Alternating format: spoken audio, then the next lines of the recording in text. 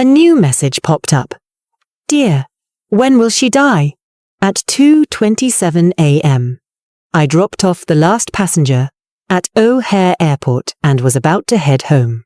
The man was middle-aged, had consumed quite a bit of alcohol, and stepped out unsteady, even paying $20 extra for the fare. Only after confirming he had safely entered the terminal did I reset the meter.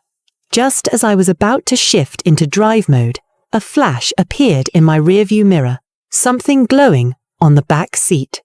I turned around and reached out. It was a phone with its screen facing downward, tucked into a seat gap.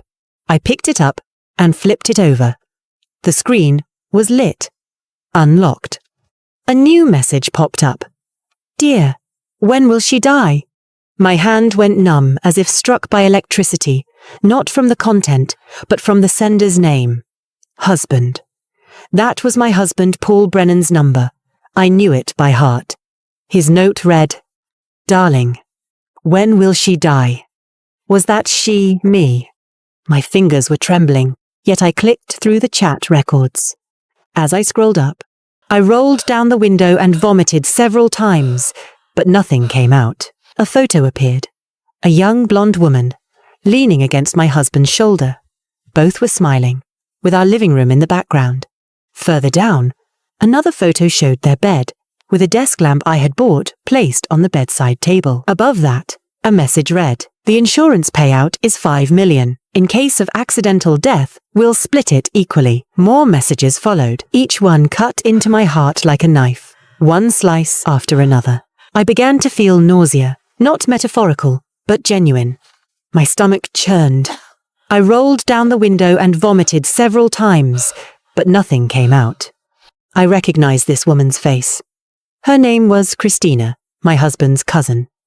When he introduced her, he said, My cousin is from out of town and is staying with us temporarily. That was 3 months ago. After she moved in, she wore my slippers every day, used my cup, sat on my sofa, and watched TV with my husband. I thought she was a relative. I thought she was a guest. I thought I was still the hostess of this home. I was foolish. When the company underwent layoffs and my entire department was eliminated, I lost my job. My name is Gina Chen, 41 years old, a night shift taxi driver. 5 years ago, I was an IT engineer at a tech company in Silicon Valley, earning an annual salary of $200,000. My responsibilities included cybersecurity, coding, vulnerability exploitation, and protecting clients' data professions I truly loved. However, when the company underwent layoffs and my entire department was eliminated, I lost my job. Later, my husband said, You can rest at home. I'll support you. His tone was gentle as he placed his hand on my shoulder, like comforting a child who had fallen. I believed him. For 2 years, I stayed home, cooking, doing laundry, caring for our child, and waiting for him to return. Then, my daughter started university and no longer needed me. Sitting alone in my empty apartment from morning till night with the TV on but watching nothing, I felt lost, uncertain about who I was or what I could do. He wanted to kill me for a $5 million insurance payout. My husband suggested, You could become a taxi driver and work nights. You wouldn't have to worry about your boss's approval.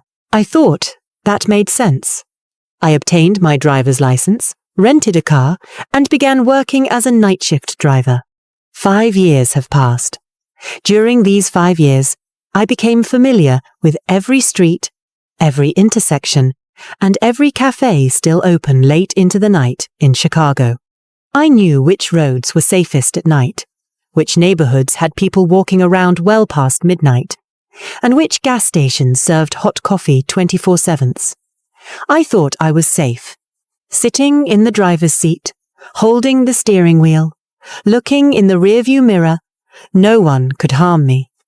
But the harm didn't come from outside the car.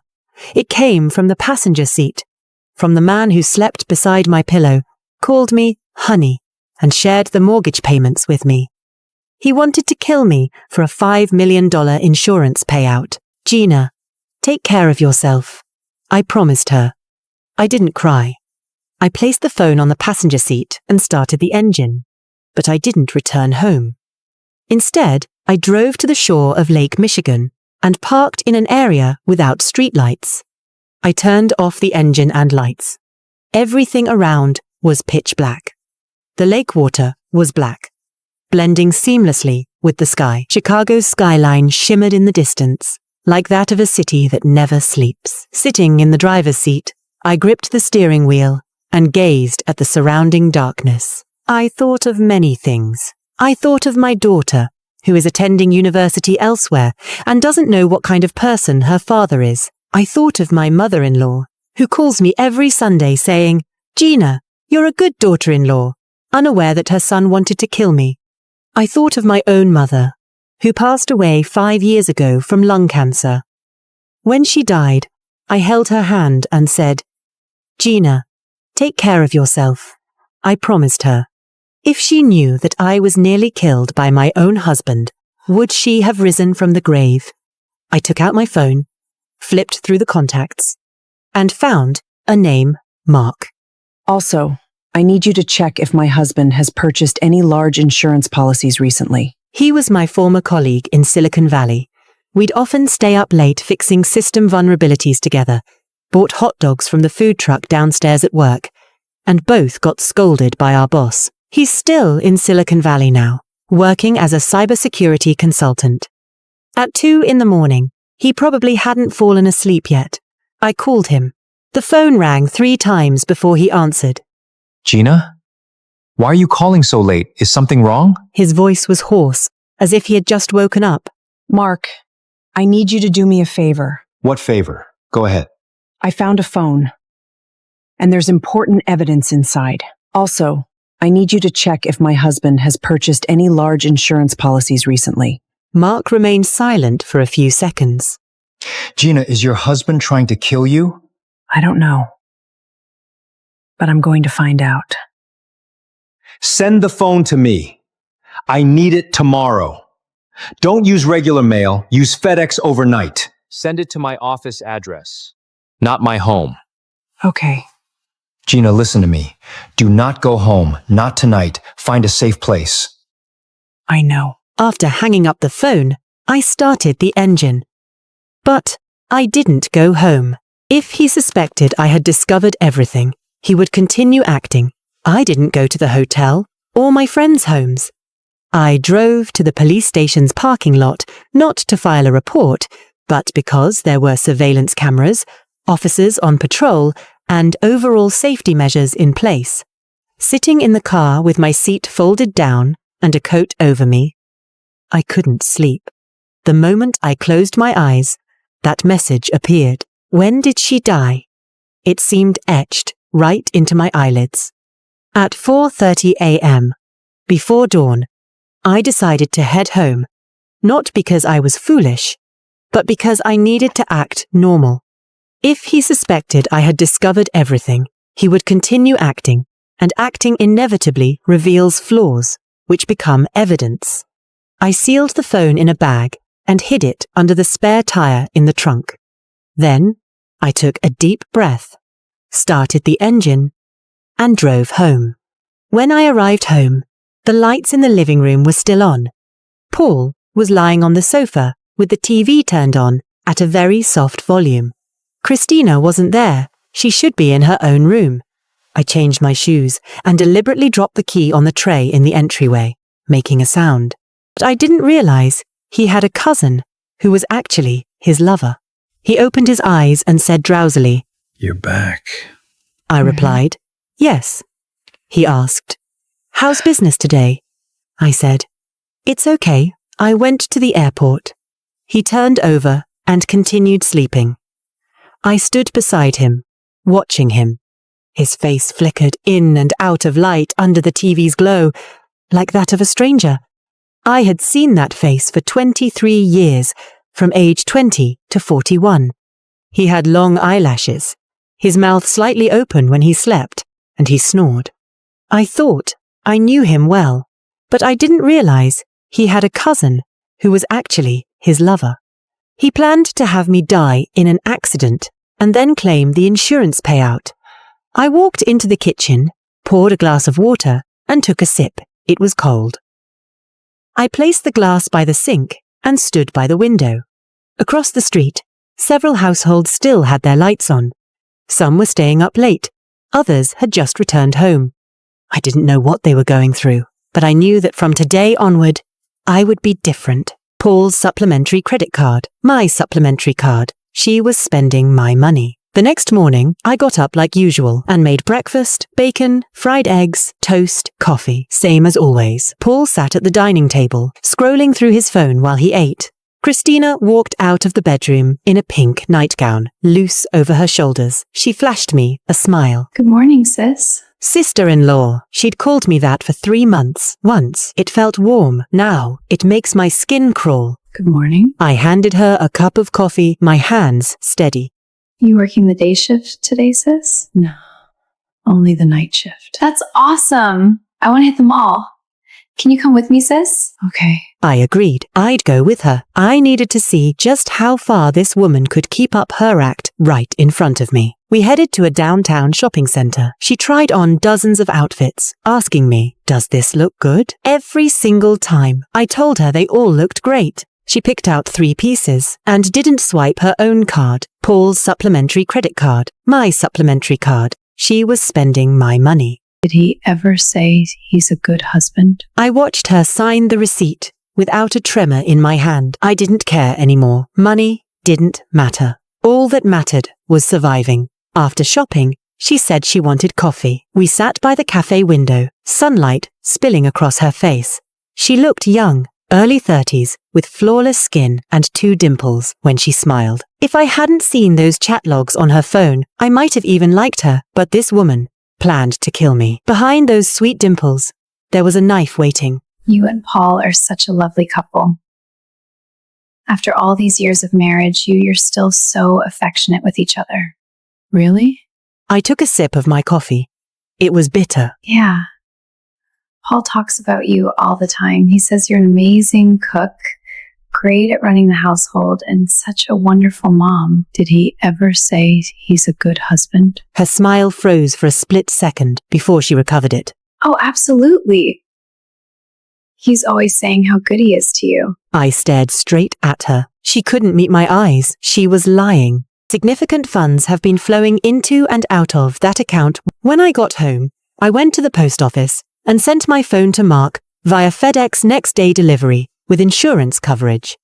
The package label listed it as computer accessories, valued at 500 yuan. Not out of fear of loss, but concern that it might be opened or examined. Then I visited the bank and checked all our accounts. Paul and I had a joint account, along with 2 separate personal accounts. I always assumed there wasn't much money in his personal account since he transferred his monthly salary to the joint account, but I was wrong. He had secretly opened another account without my knowledge.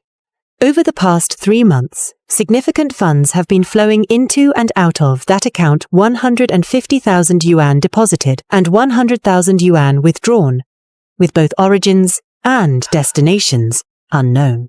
I took a photo of my bank statement and saved it on my cloud drive. Then I went to an insurance company, not to purchase a policy, but for consultation. I told the insurance broker, This policy has your signature on it. That signature isn't mine. I'd like to check if there is any accidental injury insurance under my name. The broker checked the system and confirmed that there was one. A 5 million yuan accidental injury policy, with my husband as the beneficiary, purchased more than 2 months prior. Does this policy require my signature? Yes, it does. And it requires a medical report. I haven't signed any documents, nor have I had a medical exam. The broker's expression changed. Ms. Chen, I need to verify this. This policy has your signature on it.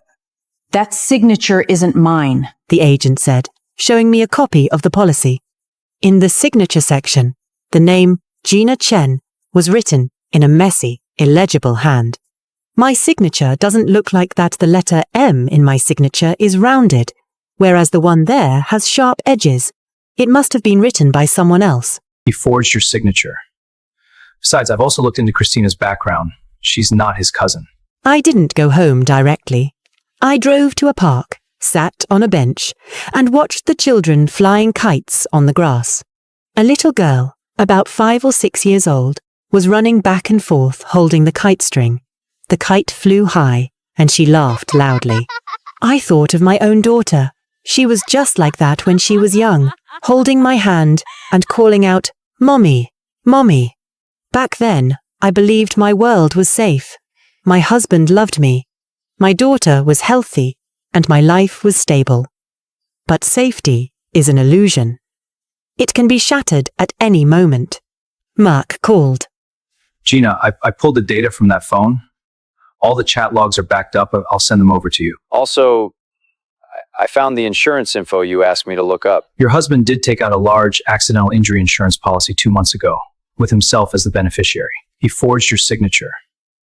Besides, I've also looked into Christina's background. She's not his cousin. What are you going to do, Gina? I'm going to lure them straight into their own trap. He met her at a bar, and she used to work as an insurance agent. She helped husband buy this policy and got a hefty commission from it. Anything else?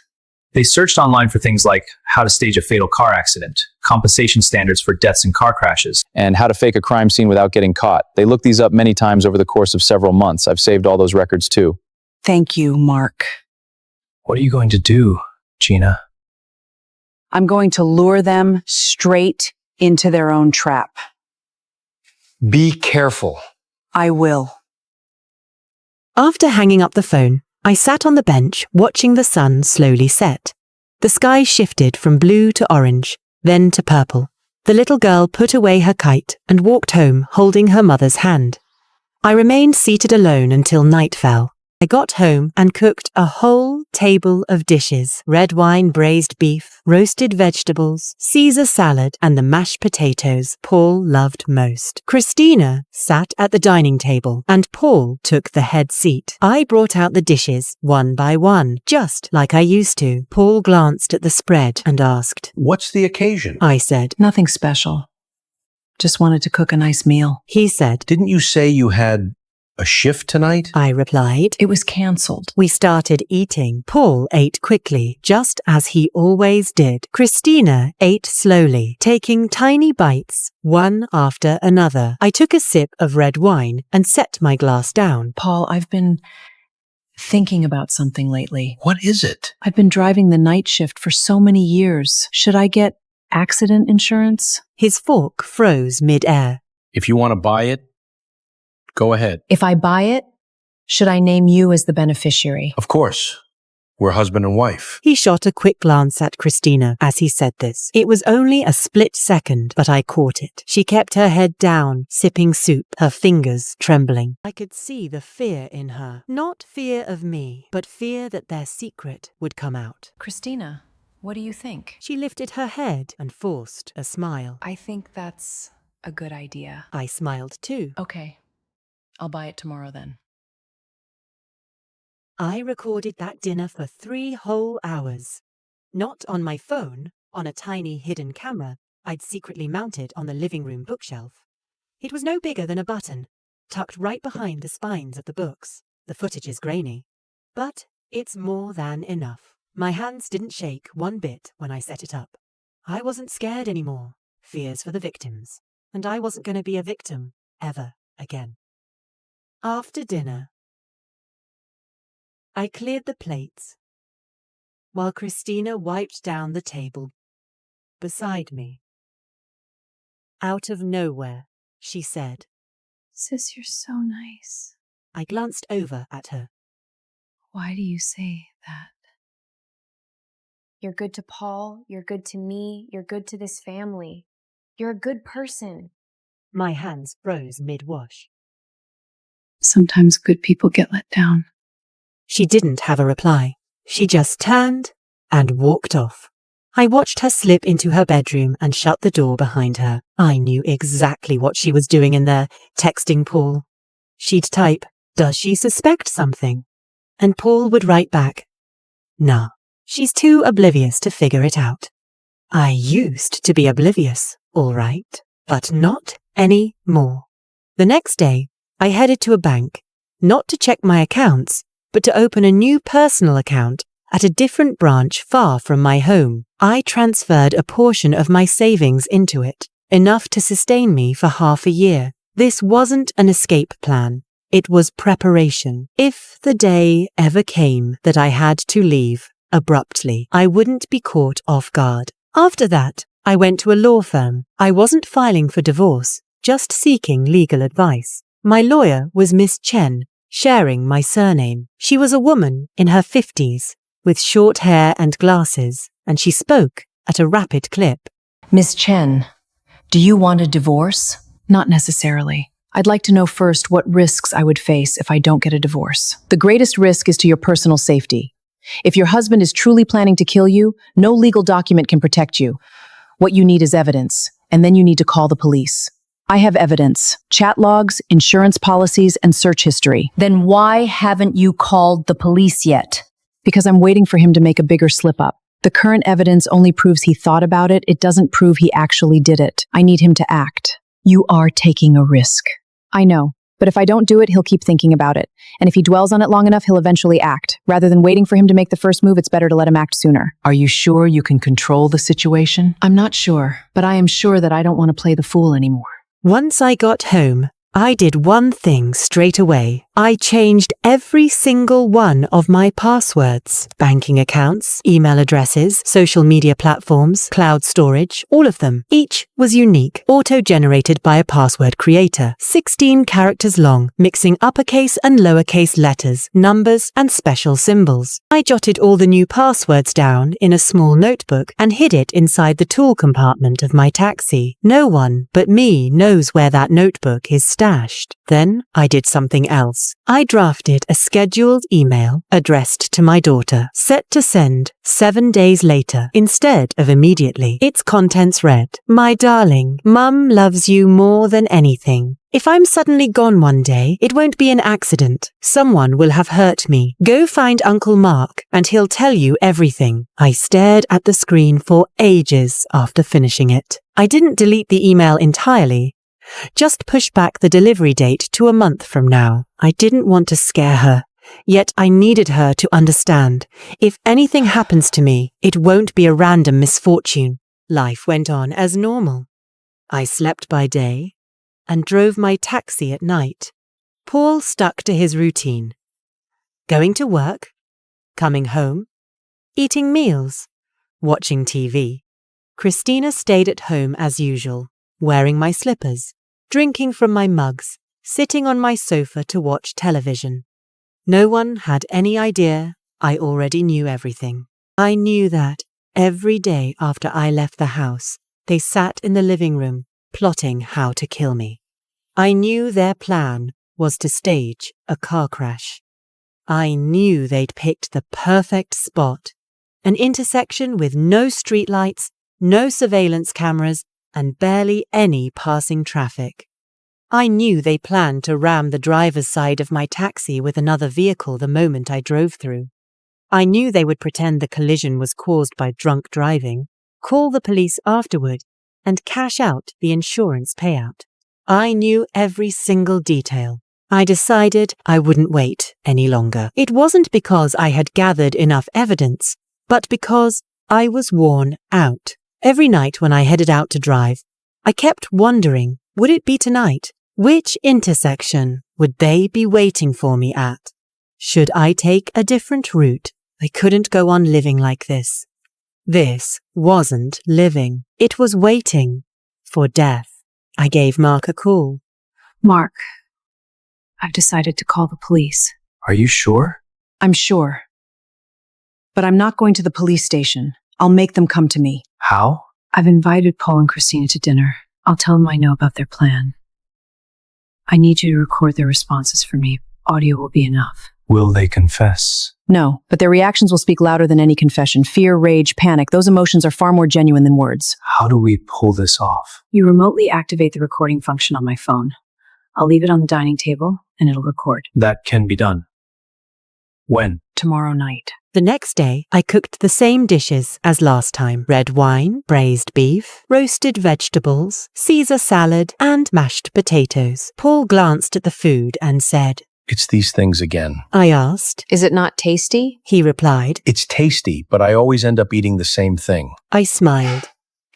I'll swap it tomorrow. Christina sat across from me in a new dress, the one she must have bought at the mall. She looked stunning. I thought back to those chat messages, words she'd typed. When will she die? She sat right across from me, smiling, eating my food, wearing a dress bought with my money, all while plotting to take my life. Sister-in-law, you've been looking really radiant lately. Have you started using any new skincare products? No. It might be because I've been sleeping more lately. Aren't you on the night shift? Do you sleep during the day? I got enough sleep during the day. The human body is amazing. As long as you aren't afraid, you can sleep well. What are you afraid of? She asked. I stared straight into her eyes. Afraid of losing. Her eyes flickered for a split second. She thought I meant losing Paul. What I really meant was losing my life. Halfway through dinner, I set down my fork. Paul and Christina both turned their eyes to me. Paul, there's something I wanted to ask you. What's up? Do you know someone named Mark? His face paled slightly. I don't know them. Who is it? A former colleague of mine. He works in cybersecurity. Why do you bring him up? He helped me look up some things. What are you checking? Checking you out. The air at the dinner table turned stifling. Christina's fork slipped from her hand and clanged loudly against her plate. Paul, you bought an accident insurance policy 2 months ago. You are the beneficiary. The coverage amount is $5 million. You didn't tell me, nor did you have me sign it. That signature, it was written by Christina. Paul's complexion drained from flesh tone to ashen white. Christina's face turned an ashen grey. What are you talking about? I don't understand. Don't understand? Then let me make it clearer. You and she planned to stage a car accident to kill me. Then you took the insurance payout and went to Mexico. You had searched online for how to stage a car accident. You discussed when she would die in your chat logs. I saw it all. Paul shot to his feet. His chair toppled backward and crashed onto the floor. Are you crazy? I'm not crazy. I've just stopped being a fool. Christina started crying. It was not genuine sorrow, just the kind of weeping meant to win sympathy. She slumped over the table, her shoulders heaving loudly. Sister-in-law, how can you say that? I'm ever... You never planned to kill me? Then why are those chat logs on your phone? She lifted her head, tears streaking her cheeks. I didn't write those. Paul did. Paul spun sharply toward her. What did you say? You were the one who wrote everything. You made me forge the signature. You bought the insurance. You said if she died, we could be together. I didn't do a single thing. I watched them turn on each other, two dogs tearing into one another. It was quite a sight. Stop arguing, both of you. I've already called the police. They should be here any minute. Paul's composure completely crumbled. He collapsed back into his chair like a deflated balloon. Christina jumped to her feet, trying to run away. I grabbed her wrist to hold her back. Don't try to run. You can get away today, but not forever. What you've done will haunt you for the rest of your life. The police arrived. There were 2 uniformed officers, one male and one female. They knocked on the door and I opened it. I told them my husband and his mistress had conspired to murder me. I showed them all the evidence photos of chat logs, copies of the insurance policy, screenshots of their search history. There was also the audio recording of our dinner conversation I'd captured at home. They listened carefully. The female officer looked at me and there was something in her eyes, not sympathy, but understanding. Miss Chen, come with us tonight. We'll arrange a safe place for you to stay. What about my daughter? She's studying college in another city. Will they hurt her? They won't. Their only motive is the insurance payout. Your daughter isn't the beneficiary, so they'd gain nothing by harming her. I nodded. I glanced back at Paul and Christina. Paul sat in the chair, head hung low, silent. Christina crouched in the corner, hugging her knees and still crying. I felt no hatred, toward them. I only pitied them, pitiful enough to take a human life for $5 million. $5 million. In Chicago, it cannot buy a decent house, yet it could buy a person's life in their eyes. Their lives were worth $5 million. Mine was also valued at $5 million, but I did not want to die. That was why I had to keep living. The police took me to a safe house. It was located in a plain apartment building on the outskirts of Chicago. The room was small, equipped with a bed, a table, a chair, and a compact kitchen. The windows were fitted with iron bars, and the door had 3 locks. The police said, Stay here for a few days and wait for the court hearing. I replied, all right. Then they left. I sat on the bed and stared at the white walls surrounding me. The walls were stark white, just like those in a hospital. I was all by myself. No one knew I was here. Not my daughter, not Mark, not my mother-in-law. Only the police knew my whereabouts. Yet I felt safe. It was Paul and Christina who were unsafe. They were detained in custody, awaiting trial. There was no cell phone signal inside the safe house. The police told me, This is for your own protection. They gave me a special phone that could only dial their line. I sat by the window, staring out at the parking lot. Cars pulled in and drove out one after another. Margaret crossed my mind all of a sudden. No. The woman in the wheelchair? Wait. My name is Gina. What was I even thinking about? I'd probably overthought everything. Being alone leaves you prone to overthinking. My mother came to my thoughts next. I held her hand when she passed away. She said, Gina, take care of yourself. I made that promise to her. Yet I failed to look after myself. I married a man who wanted me dead. I stayed cooped up at home for 2 whole years, losing my job, my self-confidence, and who I truly was. I became a taxi driver later, thinking I'd found a brand new life. In truth, I'd merely moved to a different place to keep getting deceived, but not this time. I was no longer the woman I used to be. The court hearing began. I did not attend. It was not out of fear, but reluctance. I could not bear to lay eyes on their faces ever again. My lawyer appeared in court on my behalf, while I waited for the verdict inside the safe house. 3 days later, my lawyer called me. The court has ruled. Paul received 6 years, and Christina received 4. I clutched the phone without uttering a word. 6 years. 4 years.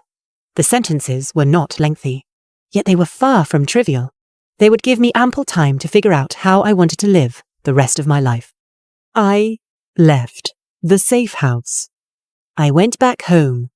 It wasn't my old home, but a new one. I'd sold my original house and used part of the money to buy a small apartment in the west of the city. It had 2 bedrooms and a balcony flooded with sunlight. I got rid of all Paul's belongings. Not thrown away, donated. All his clothes, shoes, books, and CDs went to charity. Kept a few photos of him, not to keep memories, but for my daughter. If she wanted them, she could have them. If not, she could toss them. I bought a new computer. Well, not brand new, second-hand, but it worked fine for me. I started writing, not diaries, not letters a book. I titled it, The Woman in the Backseat. I wrote down every single thing I'd been through, from the moment I picked up the phone to the second I stood outside the police station. Words poured out fast, trapped inside me for far too long. I needed to get them all out. Gina, this I book would of yours lose is so my raw and mind real. I found if I myself crying didn't through parts of write. it. Are you I certain you want wrote to publish for it? 3 You'll get doxxed, months, people will gossip about you, and you'll face 15,000 harsh online words. abuse. I didn't hire a ghostwriter. Every single character was typed by myself. I wrote by day, I wrote by night, and I wrote whenever I couldn't fall asleep. I wrote deep into the early hours, until dawn, until my fingers ached, yet I had no desire to stop. because the moment I paused, my mind would drift to all the things I ought not to think about. After 3 months of writing, the manuscript was finally finished. I sent the manuscript to a publishing house. The editor got back to me very quickly. Gina, this book of yours is so raw and real. I found myself crying through parts of it. Are you certain you want to publish it? You'll get doxxed, people will gossip about you, and you'll face harsh online abuse. I told her. I'm sure. I'm not just writing a book, I'm saving myself. The book went into print. Its cover featured the back seat of a taxi with a glowing cell phone resting on the cushion. No faces, no names, only a single image. Still, anyone who laid eyes on it understood exactly what it depicted. This was where a woman's fate took a sharp turn. The book was not a bestseller. Only a few hundred copies sold in the first month. Yet little by little, more people began to read it. Readers wrote me letters. Gina, I was also betrayed by my husband. Thank you for making me realize I am not alone. I kept all those letters in a shoebox beside my bed. When I could not sleep, I would take them out and read. I would fall asleep halfway through reading. One woman sent a letter all the way from Florida. She wrote, Gina, my husband also took out an insurance policy on me, and I never found out. One day he drove me up a mountain, claiming we were going to enjoy the view. The road was narrow, with a sheer cliff right beside it. His hands trembled on the steering wheel. I instantly sensed something was wrong and told him to turn the car around. He called me crazy. We got divorced soon after. I never knew if he intended to kill me, but after reading your book, I understand now. Some people are not lovers, they are hunters. I wrote her a reply. You were sharp-witted. You are not crazy. You are a survivor. The book has been on sale for 6 months, with 30,000 copies sold. The publisher called it, It's a miracle. No promotion, no marketing, purely by word of mouth. I told them. It's not a miracle, it's resonance. A lot of people have had the same experience as me. They just didn't say it out loud. I received a sum in royalties. It wasn't a fortune, but it was enough to do something meaningful. I decided to establish a fund called the Female Driver Safety Fund.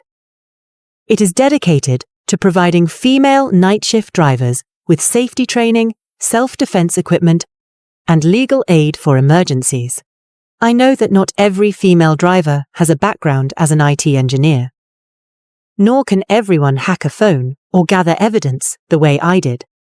Yet, every female driver deserves to make it home safely. I used the fund's initial capital to install hidden cameras in 100 taxis. These aren't for surreptitious filming, but for safety monitoring. Footage is uploaded in real time, allowing the police to access it if a report is filed. They aren't there just to guard against passengers, but against anyone, including husbands.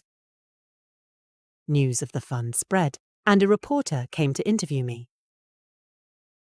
She asked, Why do you only help female drivers? I replied, Because men don't need it. No one plots to kill men behind the wheel. Women drivers get schemed against by their husbands, harassed by passengers, and overlooked by society. That's why female drivers deserve support. The reporter then asked, Do you hate men?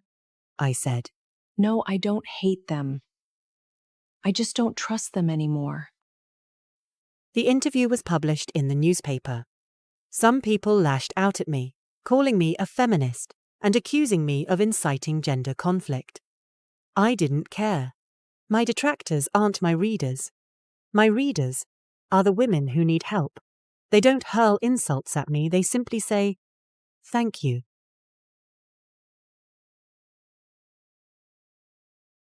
The first round of training sessions funded by the foundation began. 20 female drivers showed up, ranging in age from 25 to 65. We sat in a circle inside a community centre. I stood at the front, looking at their faces. Some were young, others were no longer young. Some had a spark in their eyes, while others held a look of dull greyness. I recognized That grayness. It was the same grayness I had once carried myself. My name is Gina. I've been driving the night shift for 5 years. My husband tried to kill me. I didn't die. It wasn't because of good luck. It was because I stopped trusting him. The room fell silent. No one spoke. They looked at me, waiting for me to continue. Today, we aren't learning how to drive. You all know how to drive. We are learning how to protect ourselves inside the car. I taught them how to check for blind spots in the rearview mirrors, how to spot suspicious passengers, and how to use the taxi's intercom system to call for help in an emergency. I also taught them how to use pepper spray and safety hammers, and as a last resort, how to use a seatbelt to strangle an attacker. At that final move, Gina, you're teaching us how to fight. It's not a fight, it's self-defense. You fight to win, but you defend yourself to survive. after the training session, an older female driver walked over and took my hand. Her hand was rough, with knobby knuckles and prominent veins, the hand of someone who had gripped a steering wheel for years. Gina, I was robbed once. In a car. He held a knife to my neck. I didn't fight back. I gave him all my money. After that, I had nightmares every night. I dreamt of that knife. I dreamt of blood. She began to cry. If I had learned what you taught me earlier, maybe I wouldn't have been afraid for so long. I held her hand. You know it now. You're not afraid anymore. She wiped away her tears. Not afraid anymore. I stood in the doorway, watching her car drive away, a yellow taxi disappearing around the street corner. I thought of myself, and of those late nights, driving alone through the streets of Chicago. Back then, I had thought I wasn't afraid, but the truth was, I just hadn't dared to admit it. I'm not afraid anymore. Now that I've admitted it,